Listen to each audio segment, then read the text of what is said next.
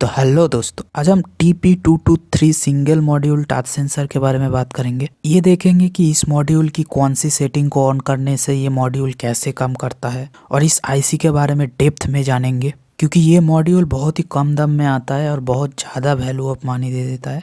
अगर इस बोर्ड की पिन आउट की बात करें तो यहाँ पर 3 पिन होता है, जहाँ पर एक पॉजिटिव होता है, एक ग्राउंड होता है और एक सिग्नल आउट पिन होता है, मतलब जहाँ से सिग्नल आउट होगा।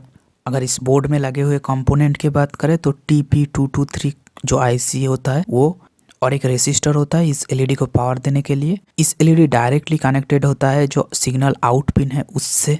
एक कैपेसिटर होता है जो कि ग्राउंड और पॉजिटिव के साथ लगा हुआ होता है, मतलब पावर सप्लाई के साथ लगा हुआ होता है। और दो पैड होता है जो शॉर्ट करने के लिए होता है, इस पे बारे में हम आगे जानेंगे। और एक पैड होता है जो कि कैपेसिटर लगाने के लिए होता है, इसके बारे में भी आगे जानेंगे हम लोग। तो पहला कंपोनेंट आईसी के बारे में कुछ बात कर लेते हैं। ये आईसी 6 पिन का होता है, जहाँ पर ऑब्वियसली 2 पिन होगा पावर सप्लाई के लिए।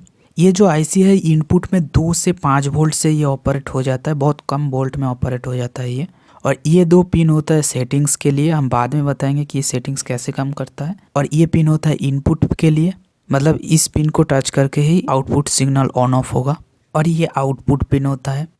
अगर आप इस आईसी के फीचर्स की बात करें तो ये बहुत अच्छा फीचर्स के साथ आता है।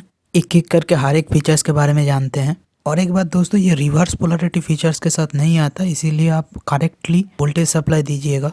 इसका आउटपुट पिन की बात करें तो इसका आउटपुट पिन में करंट देता है 8 मिली एम्पेयर तक। अगर ये एक्टिव लो होता है तो करंट लेता है -4 मिली एम्पेयर तक, जो कि बहुत ही कम एम्पेयर है। एक रिले को भी ऑन करने के लिए 50 मिली एम्पेयर से ज़्यादा करंट चाहिए होता है।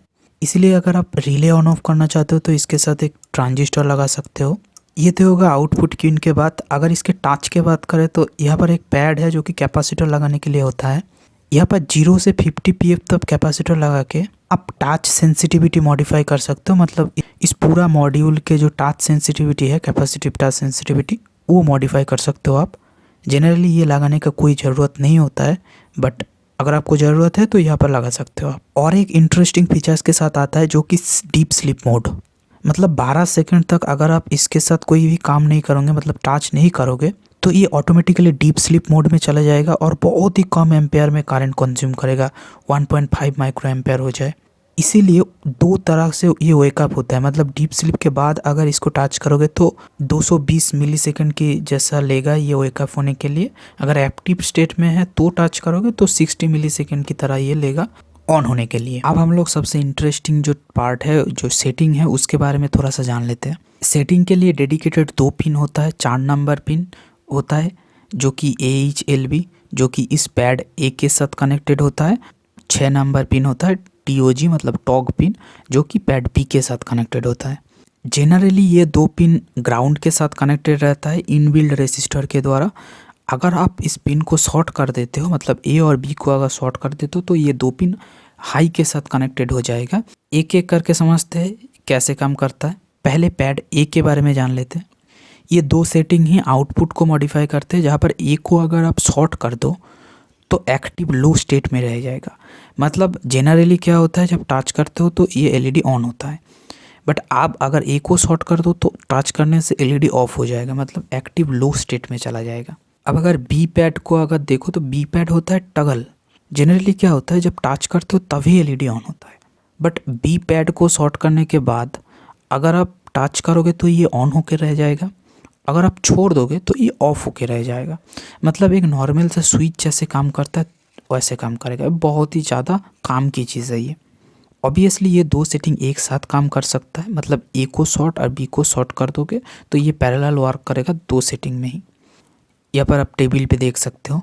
अगर इस आईसी के डाटा शीट को अगर आप ध्यान से देखो तो कुछ फ्रीक्वेंसी देख सकते हो। यहाँ पर आपके मन में सवाल आएगा कि फ्रीक्वेंसी क्यों है, क्योंकि ये तो कैपेसिटिव टच सेंसर है। वही बात है, कैपेसिटिव टच सेंसर है, नॉर्मल रेसिस्टिव टच सेंसर नहीं है। क्योंकि हम लोग जनरली जो DIY बनाते हैं ना, वो 2 ट्रांजिस्टर को यूज़ करके उसका बेस पिन में सिग्नल देने से आप ऑन ऑफ कर सकते हो लोड को, बट वो होता है रेसिस्टिव टच सेंसर। बीच में एक पेपर रख दो तो ये काम नहीं करेगा, बट ये एक कैपेसिटिव टच सेंसर है, इसके बीच में पेपर रख दो तो ये तब भी काम करेगा। कैपेसिटिव टच सेंसर टेक्नोलॉजी थोड़ा सा कॉम्प्लेक्स होता है, अगर आप इसके बारे में डिटेल में वीडियो चाहते हैं तो आप मेरे चैनल को सब्सक्राइब कर सकते हो, मैं जल्दी लाने का कोशिश करूँगा। आपको ये वीडियो कैसा लगा आप कमेंट सेक्शन में बता सकते हो। वीडियो पसंद आए तो लाइक कर सकते हो और नहीं पसंद आए तो कमेंट में बताइए क्यों नहीं पसंद है, तो मैं उस चीज़ को इम्प्रूव करने की कोशिश करूँगा।